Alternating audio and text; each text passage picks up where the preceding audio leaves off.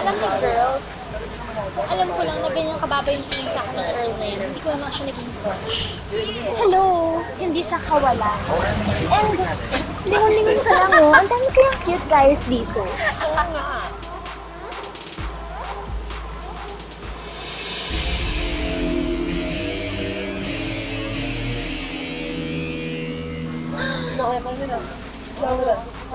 Teka.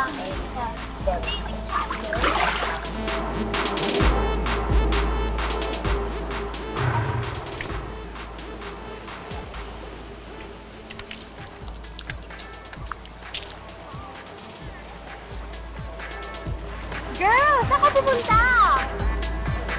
Ipapakita ko lang sa kanya kung ano ibig sabihin ng girl power. Go, girl!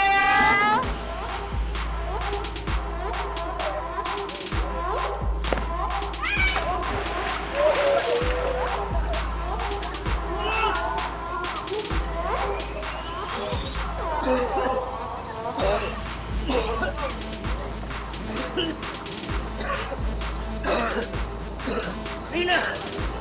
Ginawa yun! Tignan ako malunod, oh! Buti nga sa'yo. Mas gusto eh. Ah, bastos pala, ah.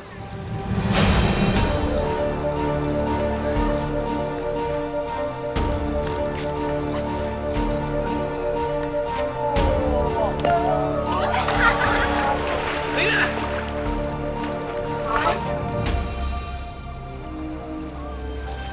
Ikaw, itatanggi mo pa. Alam mo ba kung paano ako maghirap sa pagtatrabaho para mabigyan ka ng magandang buhay? Ha? Ano? Ano ba pangalan mo? Mag-isaw-sawa ng bayan? Kakasuka ka! Anong Ay! Ano? Bastos ka! Ano ba kayo? Dahil sa labis na sama ng loob, lumaya si Rina at pansamantalang nakitira sa kanyang kaibigan.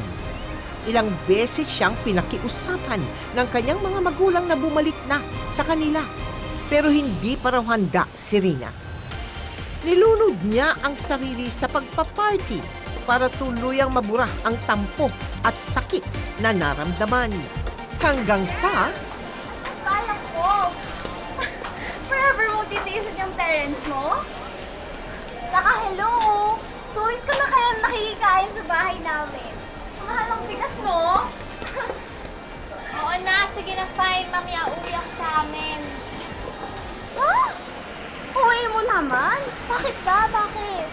Siyempre naman, kailangan kong pumawi sa mommy at sa daddy ko, no? Try ko naman maging good girl for a change. Girl! Baka mauna pa yung judgment day kaysa dyan. Baliw ka talaga. O, tara. Last party na!